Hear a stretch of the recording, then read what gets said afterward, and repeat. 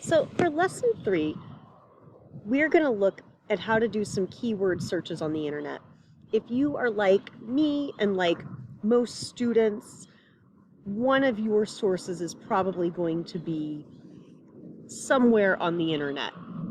And there are good ways to search and there are bad ways to search. There's good information and there's just junk. So we need to understand, how do we find what we are looking for? And that's by using keywords.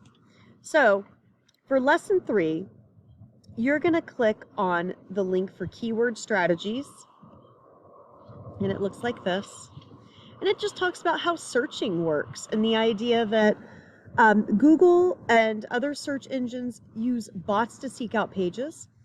And if you type your words in like a sentence, if you say, how much oil is there in North America, you are going to get every page that has the word how much is there, and you don't want those words. You only want your keywords, which are probably oil, North America. You might keep how much. But if that's too broad, then you start narrowing and you can add in other words. So what are some synonyms that you could use? What are some similar words that might give you better results? Instead of saying oil, could you say crude oil? Could you say petroleum?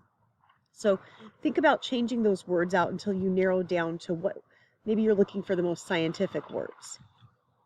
So too many results, start adding terms, or change your words. Too few results, you can expand that topic by adding additional words. So in addition to crude oil and North America, I'm also going to take maybe natural gas. And so start expanding, or you could say fossil fuels. So use those keywords, use those synonyms, and then also you can limit to, I want these words in this order. I want crude oil. By putting quotation marks around those two words, they will only show up together in that order in your search results, and that really helps too. So use these tips, and for lesson 3, you are going to explore and compare 5 of your sources using keywords, and you are going to put the keywords that you're using into Cornell Notes.